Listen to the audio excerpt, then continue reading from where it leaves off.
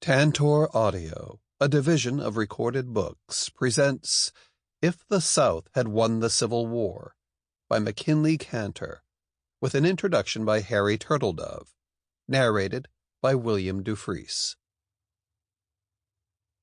Introduction by Harry Turtledove.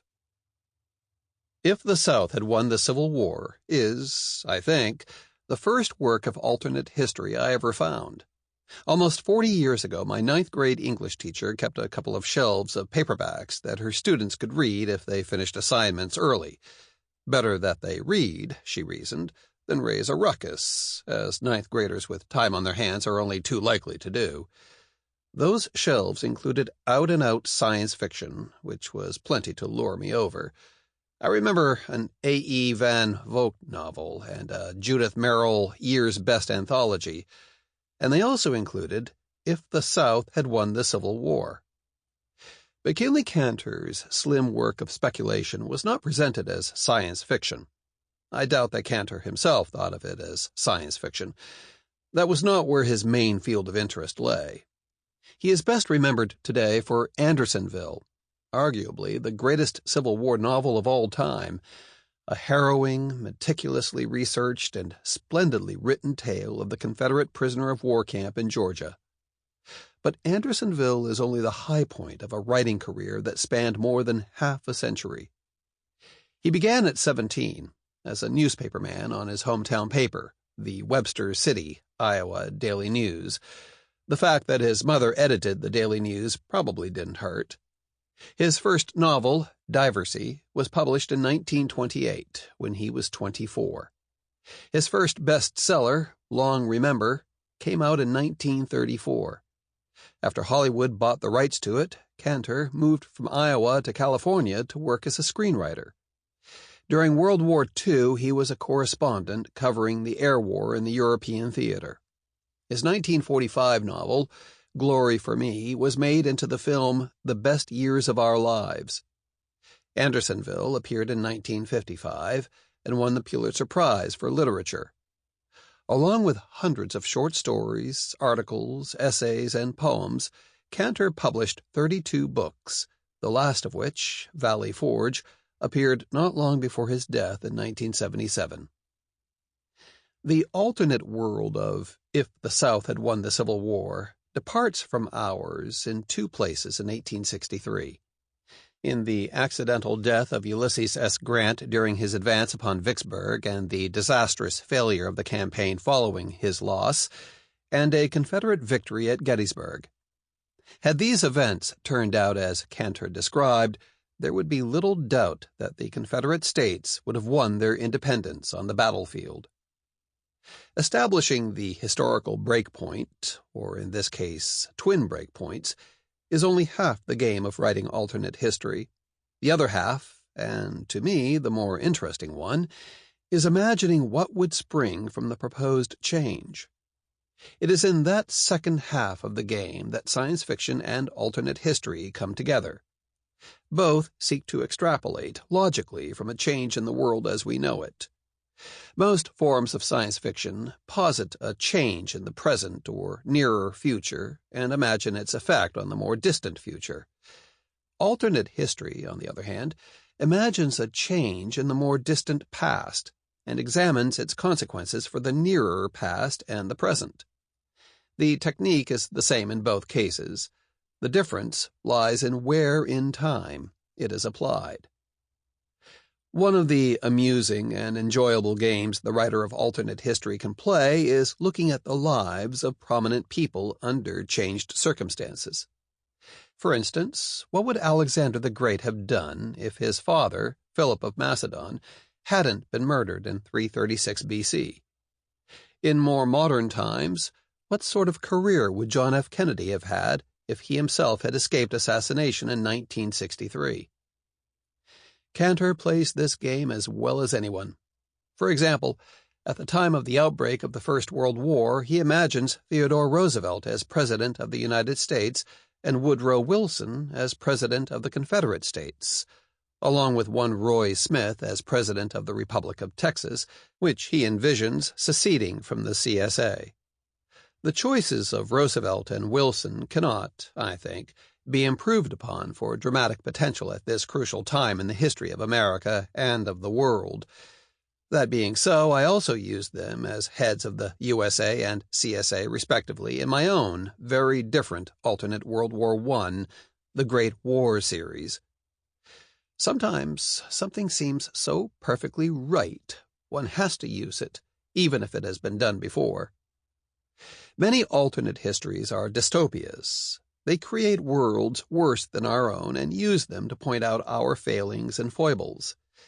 The continued interest in books where the Axis won the Second World War, perhaps the finest of which, Philip K. Dick's The Man in the High Castle, appeared not long after If the South Had Won the Civil War, is a case in point. But Kantor's work is a genial exception to the rule. Written just before the centennial of the Civil War, it first ran in the November 22, 1960 issue of Look, it takes as its thesis that Americans would have stayed very much alike and maintained close ties to one another, regardless of whether they chanced to live under the Stars and Stripes, the Stars and Bars, or the Lone Star flag. Is that true? Who knows? In any case, it's the wrong question to ask of a work of alternate history. This is fiction, after all, and should be judged like any other piece of fiction. Is it entertaining? Is it plausible? Is it thought-provoking? Yes, on all three counts. For that reason, I am honored to have the privilege of writing this introduction, and delighted that If the South Had Won the Civil War is back in print more than 40 years after its original appearance. If the South Had Won the Civil War. The past is immutable as such, yet in present and in future its accumulated works can be altered by the whim of time. As we enter the centennial of those military events which assured to the Confederate States of America their independence, it seems incumbent upon the historian to review a pageant bugled up from dusty lanes of the 19th century, to comment upon the actors appearing in such vast procession, and to inquire into the means by which they galloped toward fame or ignominy. If one would wish to apply this scrutiny to earlier epochs, he might in the same manner ask himself what would have befallen had winds not torn the canvas of the Spanish Armada, had the Pilgrims landed on that Virginia coast for which they were originally primed, had the boat bearing Washington capsized in the Delaware River, had Pakenham been able to sweep triumphantly across the cotton bale breastworks at New Orleans. Fruit of history contains many seeds of truth, yet unglimpsed orchards might have bloomed profusely in any season, were all the seeds planted and cultured before they dried past hope of germination. Our American Civil War ended abruptly in July 1863, with the shattering of the two most puissant armies which the North had been able to muster and marshal. There was no more rebellion. Instead, there had been a revolution, and the success of that enterprise now became assured, first in Mississippi, and almost simultaneously, some 1,400 miles away, among the green ridges which bend across the Pennsylvania-Maryland line. The death of Major General U.S. Grant came as a sickening shock to those Northerners who had held high hopes for a successful campaign in the West, for the reduction of Port Hudson and Vicksburg, and the freeing of the Mississippi River from Confederate domination. Monumental effects of the catastrophe, Grant's death, could not be observed for nearly 7 weeks. Such was the confusion of operations within the state of Mississippi. The fatal accident befell in the late afternoon of Tuesday, May 12, 1863, on a narrow road winding among hills of Hinds County, Mississippi. This was some 48 hours after Lieutenant General Stonewall Jackson breathed his last in distant Virginia, and while officials and supporters of the national government were still swallowing the acid of Chancellorsville. Grant had left Grand Gulf on May 7th, deliberately cutting himself off from his base of supplies. He fared into the field with only the barest staples for those 3 army corps under his command, and with problems of transport to be solved by the acquisition of civilian vehicles.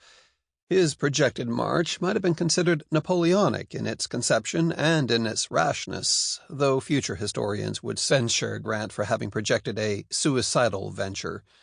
It must be remembered, however, that the springtime campaign had thus far moved with celerity.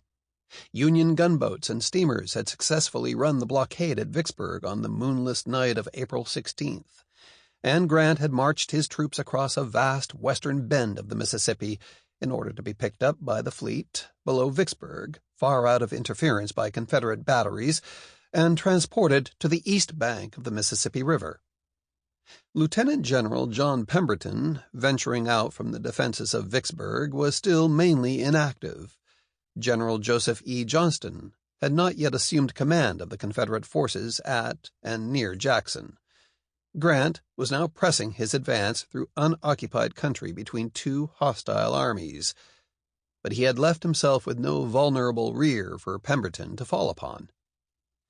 Grant was traditionally given to taciturnity and self-consultation. No one knows exactly what was in his mind. It is believed that he intended to throw himself against Jackson, capture the state capital, and cut the railroad leading from Jackson to Vicksburg, thus depriving the besieged river bastion of any possibility for supply or reinforcement. On May 12th, the Union advance had pressed beyond 14 Mile Creek. Major General John A. McClernand's corps was moving on the left, with its flank held firmly against the Big Black River. By late afternoon, McClernand had shoved across 14 Mile Creek. His pickets were within 2 miles of Edwards Station on the Vicksburg and Jackson Railroad. Major General William T. Sherman held the center of the northward turning Union advance. Major General James B. McPherson held the right. That afternoon, elements of McPherson's corps encountered the Confederate Brigadier General Gregg with a moderate force near Raymond. Major General John A. Logan's division attacked speedily and, after a brief but spirited encounter, nullified the Confederate resistance and sent Gregg in rapid retreat. Orders for the next day, for specific movements on specific roads, had already been issued. Then Grant received his dispatch from McPherson, telling of McPherson's successful drive upon Raymond. Many historians believe that decisively Grant might have altered his plans for movements on the 13th, had he lived a little longer. Grant was accompanying the command of his admired and admiring Comp Sherman. In addition to his regular staff, Grant had in his peripatetic military household his son Frederick, 12 years of age. There was also present the journalist, Mr. Charles A. Dana, later named to be Assistant Secretary of War. A few days afterward, Dana wrote to a friend. General Grant took the dispatch and read it twice. He did not immediately discuss the contents of the note with anyone, but this was not unusual. He pocketed the envelope. There was a look of satisfaction on his face. He was mounted when he received the dispatch and remained in his saddle throughout the reading. 2 of Grant's favorite steeds had gone lame. Grant was riding a fractious horse, one which his groom had not wished him to ride, but the general, a master of equitation, would not brook the delay necessary to the finding of another mount. He had ridden the big chestnut since noon, although frequently he was observed as having difficulty in keeping the beast under control. There was the usual coterie of lookers-on present in the neighborhood, gaunt farm boys, little girls, a few Negroes.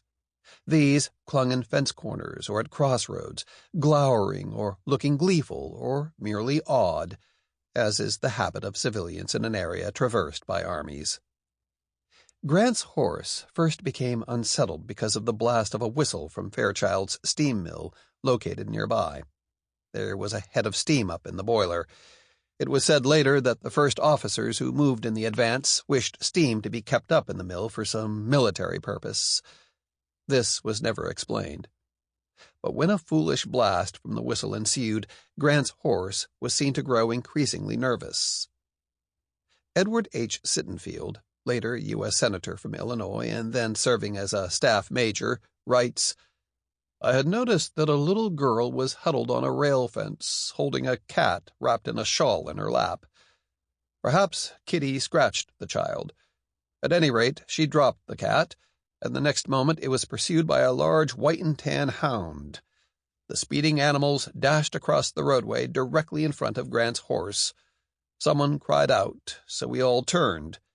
There were many witnesses to this occurrence. Grant's mount rose tall upon its hind legs, then flung itself to one side with a desperate whinny. No horseman in the world could have held his seat in such a shying. Even as it reared, the horse lost footing in the clay road and pitched heavily to one side, landing half on its back, with the rider underneath, receiving the weight of the crushing, flailing body. There was also the matter of the rock. A fair-sized, whitish stone washed out from clay at that point. Some witnesses insist that Grant's head struck the rock. There was blood upon the stone when they removed the fallen general. Others give contrary information, but whatever his injuries and however received, the commander of the Army of the Tennessee now lay unconscious. The horse was writhing, inflicting fresh injuries upon the recumbent body beneath it at every move. A young staff captain, Hubert Gaines, had the presence of mind to swing from his horse and run forward, drawing his revolver in the same moment. He fired 2 shots into the animal's ear, and the great beast lay still. Then Grant could be removed, his uniform covered with clay and blood issuing from his nose and mouth. Mr. Charles A. Dana himself escorted the white-faced little Frederick Grant away. Ulysses Grant spoke no coherent word. As people placed him tenderly upon a hastily improvised couch of blankets, his respiration was labored and his pulse weak. A surgeon was found, after some 15 minutes, during which time others tried to render what aid they could. When he arrived, the surgeon pronounced Grant dead. Sittenfield writes feelingly, "Another month, another hour, another place. What might have been the historical residue? Suppose, let us say, that General Grant had never suffered such an accident until after the termination of his Mississippi campaign. We cannot help but hold that, with his presence and guiding direction and genius, there would have been a far different result to that same campaign. Let us suppose further that a shying horse had fallen upon him 3 months later, perhaps in August, perhaps not in the field, but in a region won by the investment of Federal arms and saved by the application of Grant's own genius. What would the result have been? It would have been negative. It might in no way have affected the immediate conduct of the war. Only in the long view would this same tragedy have obtained. Let us suppose still further, perhaps, that the fall did not result fatally. A few painful weeks in bed, and then up and about on crutches, and returning eventually to active command in the field. How the great chargers of history pass before us now, from Bucephalus on to George Washington's famous blueskin, and the fractious chestnut ridden by U.S. Grant on May 12, 1863, takes a shamed place in the rear guard. McClernand ranked both W.T. Sherman and J.B. McPherson, and on his arrogant shoulders there now fell a mantle which draped him almost ludicrously. The speed and agility of the Army of the Tennessee was departed. It might have oozed away in the last outpouring of Ulysses Grant's blood. Either of the 2 West Pointers would have been far more fitted to command, but the distant Halleck, despite his dislike for McClernand, was never a man to slice sharply to the quick of a matter. Nor, it must be confessed, was Abraham Lincoln, especially where one of his own military appointments was concerned. That pompous, unruly Illinois politician, John A. McClernand, had been given his commission originally because he was a Democratic congressman from Lincoln's own district, who had been the chief executive's friend before the war and remained his supporter in time of later argument and peril.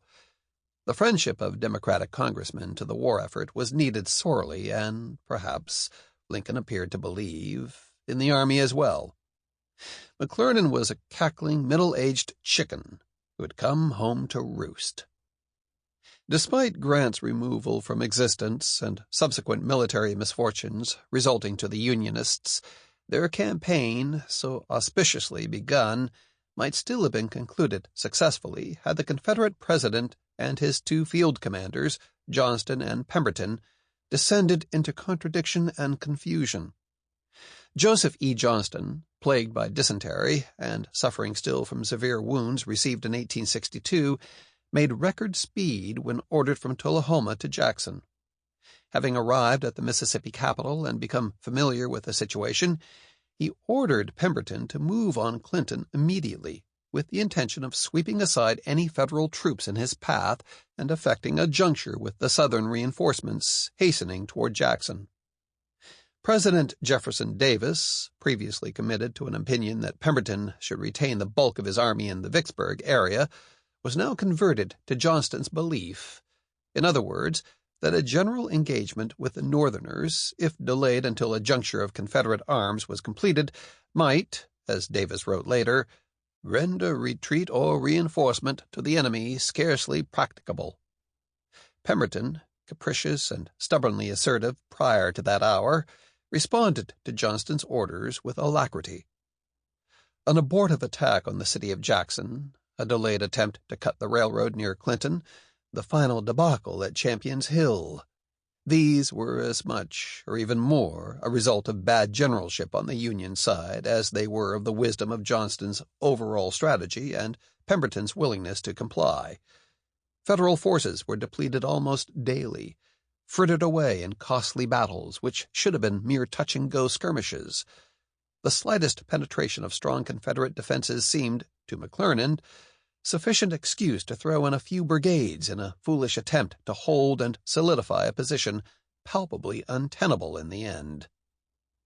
Quickly, the problem of supply became acute. The Federals were starving in the field. When at last the citizen soldier had exhibited his faults in repeated demonstrations sufficient for even a Halleck to understand, it was too late for Sherman, the new commander, to salvage even a crumb of victory. The Northerners must seek their supply lines again, or they would perish where they stood. Humiliated and embittered, Sherman withdrew to the Mississippi, with Logan's division of the 17th Corps sacrificing heavily in a rearguard action which ensured the escape of the main columns. A month to the day from that May 7th, when U.S. Grant, living and intent, had cut loose from Grand Gulf, the retreating Army of the Tennessee was back on the banks of the Big River, mauled, hungry, and the poorer by at least 12,000 casualties. Through the hot month of June, the star of the Confederates scintillated into a new ascendancy. The star of the North declined. Doggedly, Sherman clung to that belief he embraced the year before, and which also had been a conviction of the now vanished Grant. Vicksburg could be reduced only by a land army operating from the land, and any attack by naval vessels would be fruitless. Still, if Sherman were to achieve a satisfactory base on the high ground of Walnut Hills north of Vicksburg, he must, in effect, reverse his field, ferry across the Mississippi once more, and return to Milliken's Bend and, eventually, to the East Shore. This was the movement carried out. But in a fatal midnight, the steamers which sought to run up the river past Vicksburg were not charmed as they seemed to have been when they puffed south in April. Vessel after vessel was set afire or sunk by Confederate batteries. Strangely enough, this disaster occurred only a few hours before Major General Nathaniel P. Banks made his ill-conceived assault on the works at Port Hudson in Louisiana to be thrown back with appalling waste. On Friday, June 26th, Sherman, reinforced at last by the survivors of Banks' command, had recrossed the Mississippi and was in position for the assault. Percentage-wise, the Army of the Tennessee then suffered the most severe losses of any command, north or south, during the war. 5 hours after the initial attack was launched, Union regiments were being commanded by lieutenants, army divisions by colonels, and there had ensued no permanent breach of the Confederate works. The next day Johnston crossed the Big Black River.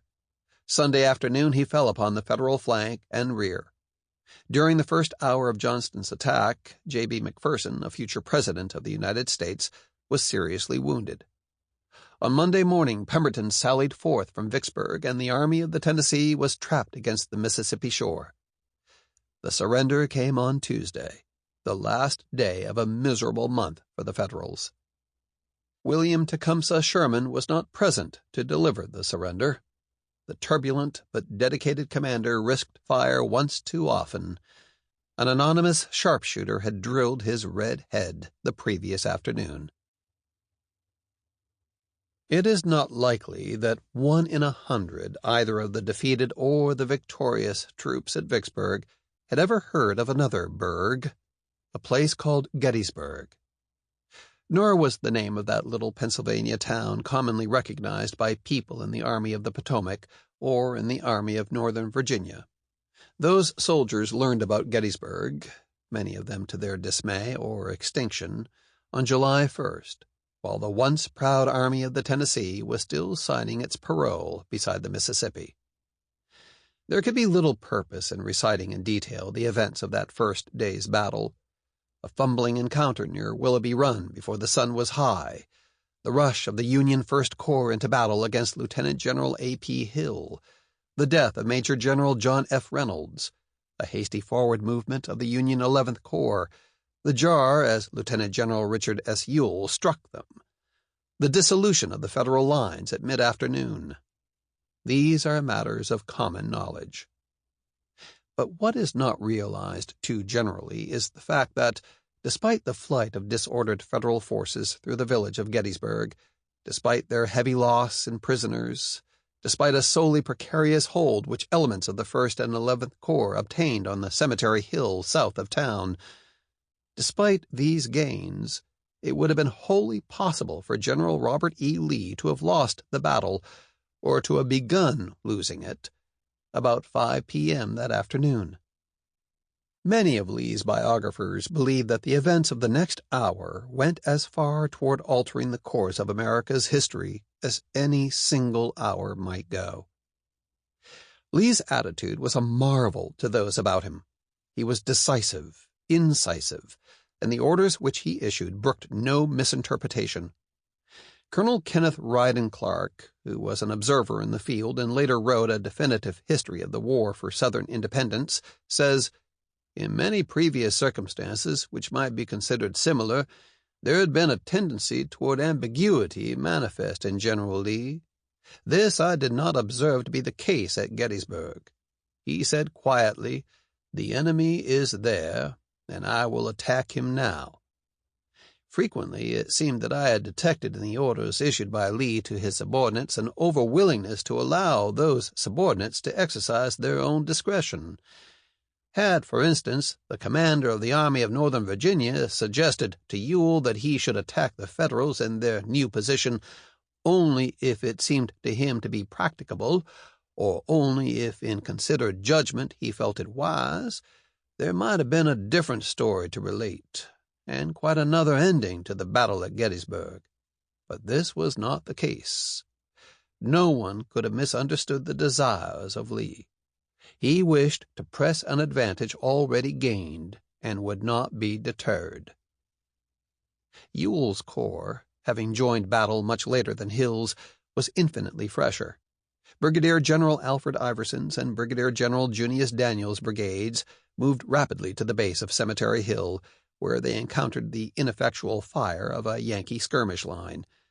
These skirmishers had been thrown out only a few minutes earlier by Major General W. S. Hancock, who had just arrived on the hill, far in advance of his own Second Corps, and was instructed by Meade to survey the situation. Hancock announced to Major General Oliver Howard that he would assume command, but met with objections of the 11th Corps commander, who insisted that he was the senior in rank. Hancock then replied that he would leave at once and make a personal report to Major General George G. Meade. But Howard was reluctant to agree to this also, declaring, "I need you here to assist in forming these lines." In soldierly manner, Hancock agreed, and endeavored to bring order out of chaos. He might indeed have succeeded in his Sample complete. Ready to continue?